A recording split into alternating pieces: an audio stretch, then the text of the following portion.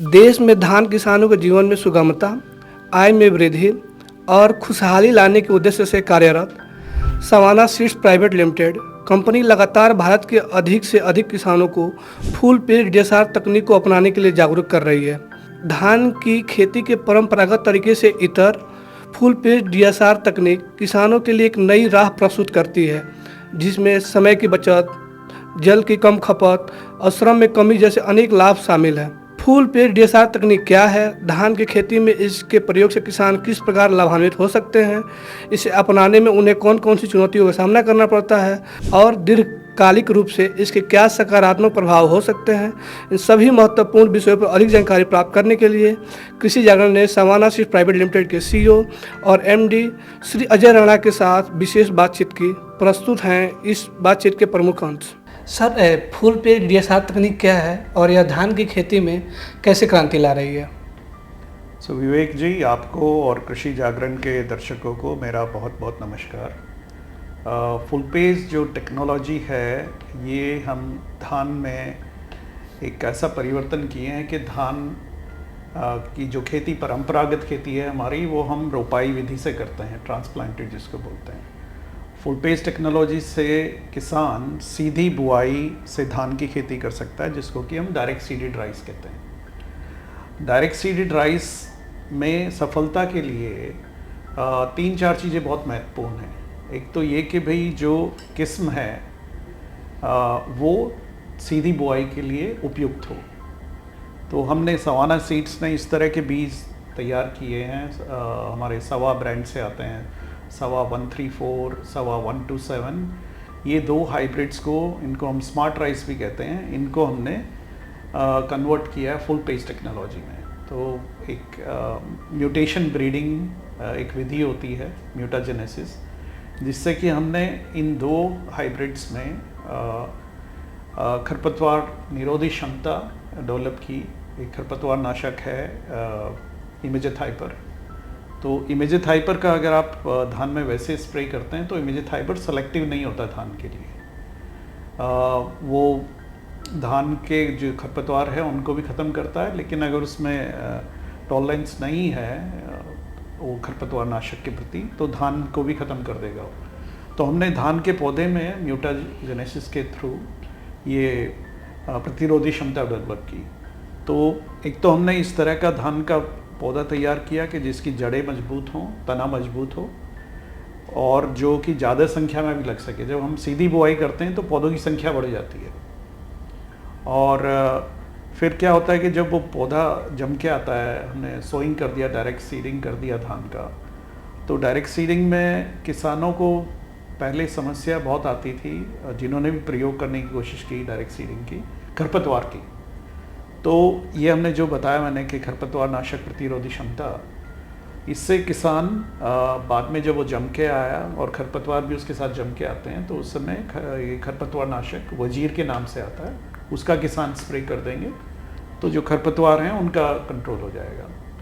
फिर एक और हमने किया है कि सीधी बुआई में, चूँकि सीधी बुआई खेत में जब हो रही है हमारी खरीफ की फसल, तब गर्मी बहुत होती है, कई बार नमी भी कम हो जाती है खेत में, और कई तरह के कीड़े और बीमारियां भी आ जाती हैं। तो हमने पौधे को भाई शुरू में एक जो स्ट्रेस होती है उससे बचाने के लिए एक हमने सीड ट्रीटमेंट किया बीज का, स्क्वाड के नाम से। जो स्क्वाड सीड ट्रीटमेंट है वो हमने सीड के ऊपर ही कुछ तरह के न्यूट्रिशन जैसे जिंक है, आयरन है और कुछ फंजीसाइड, इंसेक्टिसाइड वो लोड किए हैं कि उसको बीज को खेत में जब वो जम के आता है नुकसान ना हो कोई। तो इसकी वजह से वो जमाव भी अच्छा होता है, उसका अंकुरन अच्छा है, और जो शुरू में एक फुटाव और क्रॉप एस्टेब्लिशमेंट है वो भी अच्छा होता है। और चौथी चीज़ है कि जब मैंने बताया कि हर्बिसाइड का वो किसान स्प्रे करता है, खरपतवार नाशक का, वजीर का, वो फसल के लिए बिल्कुल सेफ़ है। फसल पे कोई पीलापन तक भी नहीं आता है। नहीं तो आमतौर से क्या होता है कि किसान जब खरपतवार नाशक का स्प्रे करता है तो फसल एक बार को पीली पड़ती है, लेकिन यहाँ पे चूँकि खरपतवार नाशक के प्रति प्रतिरोधक क्षमता है उसमें, फसल पूरी ग्रीन रहती है। लेकिन जितने मुख्य खरपतवार हैं धान की फसल में, स्वाकी, इकाइना क्लोवा, डीला एक होता है जिसको किसान मोथा भी कहते हैं, और कुछ चौड़े पत्ते के, तो 3 ही तरह के मुख्य खरपतवार होते हैं। जो मुख्य खरपतवार हैं उनका नियंत्रण वजीर कर लेता है। कई बार ऐसा होता है कि कोई चौड़ी पत्ती वाला दोबारा बाद में आए तो उसके लिए कोई और खरपतवार नाशक बहुत कम कीमत के बाज़ार में उपलब्ध हैं, वो भी किसान स्प्रे कर सकता है। तो इसमें किसान को जो फुल पेज टेक्नोलॉजी में जो एक ये था कि जो मुश्किलें थी सीधी बुआई की, उन मुश्किलों का समाधान हमने दिया है किसान को। और ये टेक्नोलॉजी अमेरिका, ब्राज़ील के किसानों को तो पिछले 20 साल से थी उनके पास। हमारे यहाँ भारतवर्ष में भी विवेक जी किसानों ने कोशिश की सीधी बुआई की। जिस साल कोविड की महामारी आई, चूँकि पंजाब हरियाणा में जो हमारे यूपी बिहार से मजदूर भाई आते हैं वो नहीं आ पाए थे रोपाई के लिए, तो बहुत सारे किसानों ने ट्राई किया उस साल 10-12 लाख एकड़ में सीधी बुआई। लेकिन उसमें से आधे किसानों ने फसल रखी, आधे किसानों ने तकरीबन वो जोत दिया, क्योंकि इसमें खरपतवार बहुत ज़्यादा हो गया था। जिन्होंने रखा भी तो क्या हुआ कि खरपतवार नियंत्रण अच्छा नहीं हुआ या उनका अंकुरन अच्छा नहीं था, तो 2-3 क्विंटल किसानों ने बताया कि हमारी 10 से 20% तक की उत्पादन कम हो गया।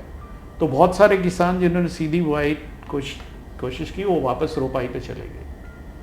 तो फुल पेज ये सब समस्याओं का समाधान करता है, और फुल पेज की विधि से के टेक्नोलॉजी से जो किसान सीधी बुआई करते हैं उनकी उपज रोपाई के बराबर या रोपाई से थोड़ी ज़्यादा ही आती है।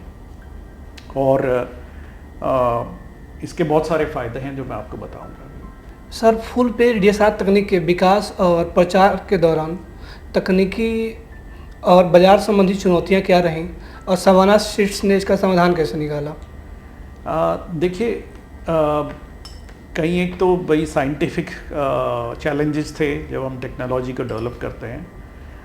वो खैर हम लोग इंटरनली एक चीज़ हम बोलते हैं उसको ट्रेट इंट्रोग्रेशन। जैसे आपने सुना होगा कि फसल के अंदर रोगों के प्रति क्षमता, भाई प्रतिरोधी क्षमता डेवलप करना, या किसी कीड़े के प्रति प्रतिरोधी क्षमता डेवलप करना, उसको हम क्या करते हैं कि जो भी ऐसे जीन हैं वो हम फसल में या उस वैरायटी में ट्रांसफ़र करते हैं, उसको बोलते हैं बैक क्रॉसिंग से इंट्रोग्रेशन।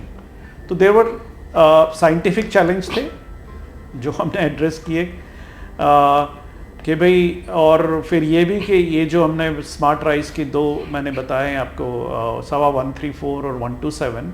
कई बार क्या होता है कि जब आप ये नया उसमें कोई जीन इंट्रोग्रेस कर रहे हो, ये ज़रूरी है कि भाई उस इंट्रोग्रेशन के बाद उसका पूरा ट्रेट का एक्सप्रेशन, कि भाई जो उसका हम जो लाभदायक प्रभाव देखना चाहते हैं वो हो। कई बार ऐसा भी होता है कि उसकी वजह से उत्पादक क्षमता घट जाती है। आपने रोग या बीमारी या कीड़े या अभी खरपतवार नाशक के प्रति तो प्रतिरोधक क्षमता डेवलप कर दी, लेकिन उपज कम होगी। तो ये बहुत ज़रूरी है कि उसकी उपज कम ना होती हो। तो वो हमने साइंटिफिक चैलेंज इंटरनली एड्रेस किया। फिर बीज तो हमारा है, लेकिन इसके लिए जो खरपतवार नाशक है वो अडामा कंपनी का है। वो अडामा हमारी ग्लोबल पार्टनर है। तो ये जो खरपतवार नाशक है, इससे मिलता जुलता ही खरपतवार नाशक सोयाबीन में उपलब्ध था, वही जो टेक्निकल है, लेकिन उसका एक नया राइस के लिए लेबल एक्सपेंशन लिया अडामा कंपनी ने। राइस में ट्रायल्स किए, वो 2 साल के ट्रायल होते हैं भारतीय कृषि अनुसंधान परिषद के इंस्टीट्यूट्स के थ्रू। और फिर उसमें ये भी देखा जाता है कि भाई इसका कोई सॉइल रेजिडू नहीं हो, कोई इसका टॉक्सिसिटी ऐसी ना हो कि भाई जो वातावरण के लिए भी अच्छा हो। तो वो सब डाटा जनरेट करके वो सारी स्टडीज़ करने के बाद कोई को लेबल एक्सपेंशन मिलता है। तो वो भी एक काफ़ी लंबा प्रोसेस है, लेकिन हमने और अडामा ने मिलके वो किया, भारतीय कृषि अनुसंधान ICAR के 3 इंस्टीट्यूट्स के साथ ट्रायल करके, और फिर CIB-RC वो लेबल एक्सपेंशन देते हैं। तो बीज हमने तैयार कर लिया, फिर लेबल एक्सपेंशन आया, तब उसके बाद ही हम ये बाज़ार में इसको दे पाए।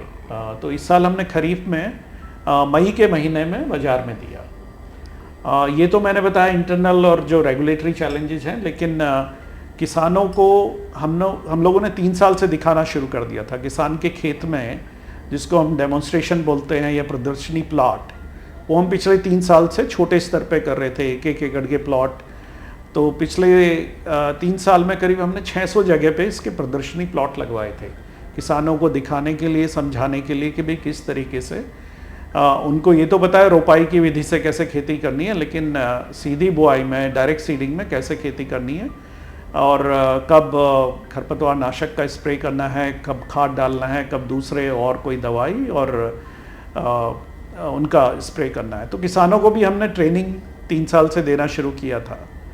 तो ये नहीं कि भाई कोई आप नई टेक्नोलॉजी, नया बीज बाज़ार में लेके आए और किसान एकदम से उसको अडॉप्ट कर लेगा।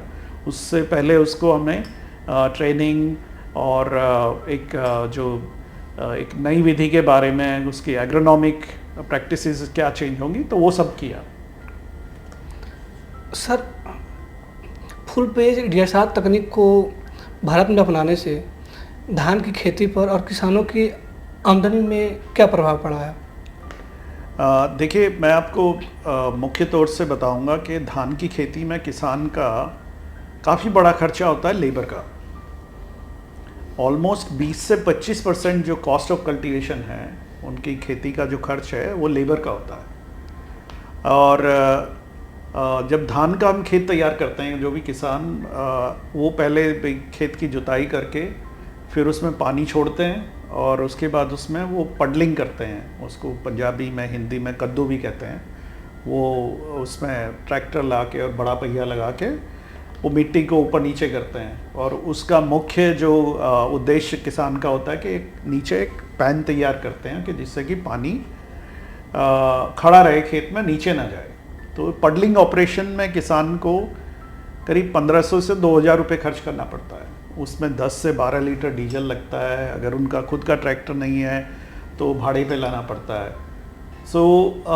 ये करीब 1500-2000 रुपये का खर्च पडलिंग का सीधी बुआई में, फुल पेज में नहीं होगा। ये किसान को खाली वहाँ पे 1-2 जुताई करके और लेजर लेवलिंग करना है। 2000 के मुकाबले में उनका इधर 1000 रुपये खर्चा होगा। फिर जो रोपाई का खर्च है वो विवेक इस साल खरीफ में 3000 रुपये से लेके 5000 रुपये तक प्रति एकड़, ये रेंज रही है लेबर का खर्चा। और जो हमारे दक्षिण राज्य हैं वहाँ पे तो लेबर और महंगी है।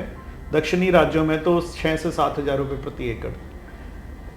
फुल पेज डीएसआर में किसान को रोपाई नहीं करनी, तो उसका जो रोपाई का खर्चा है, आप चलिए एवरेज 4000 4500 रुपये पकड़ लीजिए, वो भी नहीं होता है।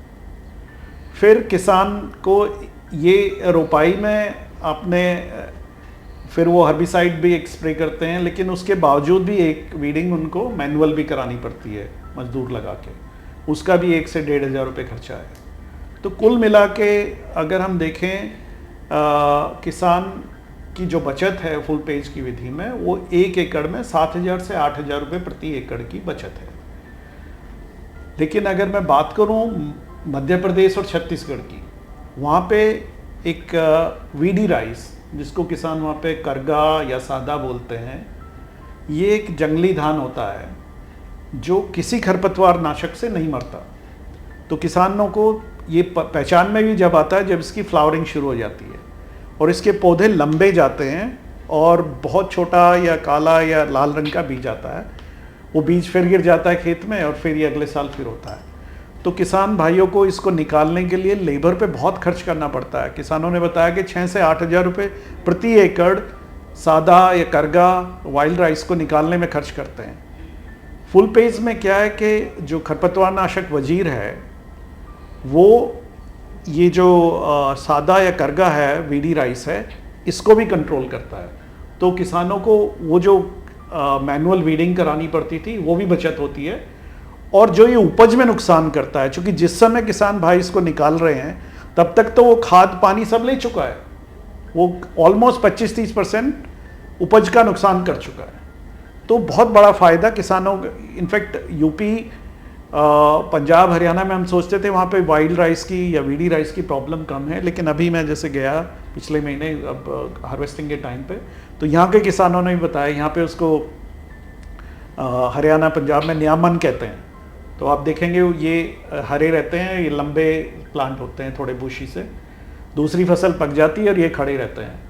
तो फुल पेज के प्लॉट में आपको वो नहीं दिखेंगे, क्योंकि जो हमारा ये वजीर हर्बिसाइड है ये वीडी राइस को ही मारता है। तो किसान को लेबर की बचत होती है, पानी की बचत होती है। सीधी बुआई की खेती में फुल पेज के साथ करीब 30 से 40% पानी की भी बचत होती है। तो इसमें किसान को पैसा भी बचता है और वातावरण के लिए भी अच्छा है। एक और फ़ायदा मैं आपको गिनाना चाहूँगा जो अभी हालांकि ये चर्चा में आ रहा है। जब हम रोपाई विधि से खेती करते हैं विवेक, तो जो हम उसमें पानी भर के रखते हैं खेत में, और जो भी हमने उसमें खाद डाला, यूरिया डाला, डीएपी, या हमने देसी खाद भी, गाय का खाद जो है FIN बोलते हैं, गोबर का खाद, वो खेत में अगर पानी खड़ा हुआ है और नीचे खाद है तो इसको बोलते हैं अनएरोबिक कंडीशन। उसको नीचे ऑक्सीजन नहीं मिल रहा है, तो वो क्या होता है कि वो जब वो गलना शुरू होता है तो वो जो ग्रीन हाउस गैसेज हैं, methane, nitrous oxide, carbon dioxide, ये गैसेस का विसर्जन होता है। एक्चुअली धान की खेती को ये भी कहा जाता है कि ये धान की खेती तो मीथेन की फैक्ट्री है। मीथेन सबसे नुकसानदायक गैस है वातावरण के लिए। जो हमारी ओजोन लेयर है उसको सबसे ज़्यादा क्षति कोई पहुंचा रहा है तो मीथेन पहुंचा रहा है। अगर किसान रोपाई विधि से सीधी बुआई पे जाता है और वो alternate drawing and waiting, AWD method बोलते हैं, पानी भर के नहीं रखना है, जस्ट खेत को गीला रखना है, तो जो मीथेन और ग्रीन हाउसेज इमिशन है वो करीब आपका 60 से 80% कम हो जाता है। तो ये वातावरण के लिए भी अच्छा है। और किसान भाइयों का रजिस्ट्रेशन कुछ कंपनियां कर रही हैं, हम लोग भी 2 कंपनीज के साथ हमने एग्रीमेंट किया है कि जो किसान फुल पेज डायरेक्ट सीडेड ड्राई सीधी बुआई करेंगे उनको कार्बन क्रेडिट प्रोग्राम में भी रजिस्ट्रेशन किया जाएगा, और आने वाले समय में किसान भाई को कार्बन क्रेडिट का भी पैसा मिलेगा। तो एक तरह से एक और अतिरिक्त आय का सोर्स स्रोत बनेगा किसानों के लिए। सर, फुल पेज DSR तकनीक को किसान अपनाएं, उसके बारे में शिक्षित करने के लिए राइस रिच ऐप क्या भूमिका निभा रहा है? देखो विवेक, अभी किसान भी काफ़ी जागरूक हो गए हैं। हम देखें हमारे देश में एक डिजिटल या टेलीफोन की क्रांति आई है, और उस क्रांति में एक बहुत बड़ा योगदान ये भी है कि हमारे यहाँ पे जो डाटा है सबसे सस्ता है दुनिया में। तो अभी हम जाते हैं गाँव में, किसान भाइयों से पूछते हैं कि कितने किसान भाइयों के पास स्मार्टफोन है, तो मेरा अंदाज़ा है कि 60 से लेके 80% तक का स्मार्टफोन का पेनिट्रेशन हो गया है। तो किसान भाई व्हाट्सएप है, यूट्यूब है, इवन जो UPI पेमेंट है, डिजिटल पेमेंट है, वो सब करना शुरू किया है। तो अभी हमने ये राइस रीच ऐप बनाया कि किसानों को, जो मैंने बताया कि भाई कैसे रोपाई का तो उनको खेती का तरीका पता था, लेकिन सीधी बुआई की खेती का तरीका फुल पेज का, उसके लिए हमने राइस रीच ऐप बनाया है। तो वहाँ पे वीडियो है कि इस तरीके से किसान भाई खेत तैयार करें, इस तरीके से खरपतवार नाशक का स्प्रे करें, किस समय खाद डालना है। तो वो सारी जानकारी जो किसान को मिलनी चाहिए अच्छी फसल लेने के लिए, वो हमने राइस रीच ऐप पे दिया। भविष्य में फुल पेज DSR तकनीक को ज़्यादा से ज़्यादा किसान अपनाएं, उसके लिए सवाना सीड्स की क्या योजना है? देखिए, कोई भी नई तकनीक आती है तो किसानों को हमेशा किसान कहता है कि भाई, किसान के लिए सेइंग इज़ बिलीविंग होता है कि भाई मुझे दिखाइए।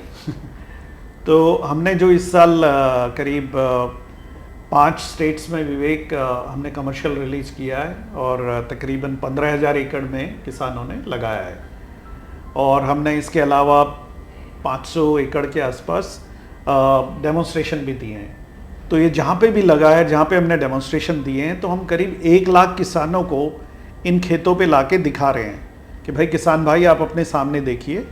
जिस समय ये बुआई हुई थी तब भी हमने बहुत सारे किसानों को दिखाया था, लेकिन किसान बोले भाई अब हम देखना चाहेंगे कि इसकी उपज कैसी आती है।